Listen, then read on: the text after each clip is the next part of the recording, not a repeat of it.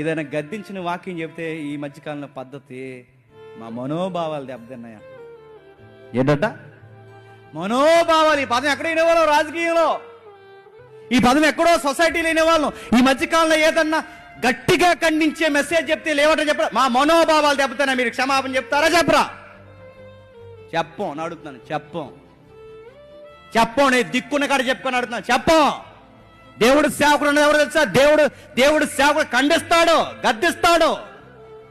ఇచ్చే పదవంతి కాదు, నీ ఇచ్చే డబ్బు కాదు, మీ యొక్క టాలెంట్ కాదు, మీ వరాలు కాదు, మీ బతుకు కావాలని అడుగుతాడు సేవకుడు. ఆయన దేవుడు నిలబెట్టింది అందుకు, ఆయన దేవుడు నిలబెట్టి వాడుకుంటున్నా అడగొద్దేంటి? అడుగుతాడు. పద్ధతి లేకపోతే పద్ధతి నేర్పిస్తాడు. ఇలా ఉండాలని కొన్ని మాటలు చెబుతాడు, ఇలా పాడాలని కొన్ని మాటలు చెబుతాడు, ఇలా ప్రసంగం చెప్పాలని చెబుతాడు, ఇది ఇలాంటి డ్రెస్ వేసుకోవాలని చెబుతాడు. ఒక్కటేంటి ప్రతీదీ చెబుతాడు. మనోభావాలు అయితే పో బతార్లో తిరిగి, నిన్నెవడు రమ్మన్నాడు సంఘానికి? పో బయటికి పో, సంతలు ఉండాలి, నిన్నెవడు రమ్మన్నాడు సంఘానికి? మనోభావాలుండో, అన్ని భావాలు కప్పెట్టుకొని అన్ని అహంకారాలు తగ్గించుకొని ప్రతిరోజు సిలువెత్తుకున్నవాడే సంఘంలో ఉండాలి. దేవుని వెలుగులో మాత్రమే నడవాలి. ఎవరికి కావాలి నీ మనోభావాలు? రాజ్యాంగంలో రాశారని మనోభావాలు ఎవరికి కావాలి? నీ మనోభావాలు అడుగుతున్నాను నేను.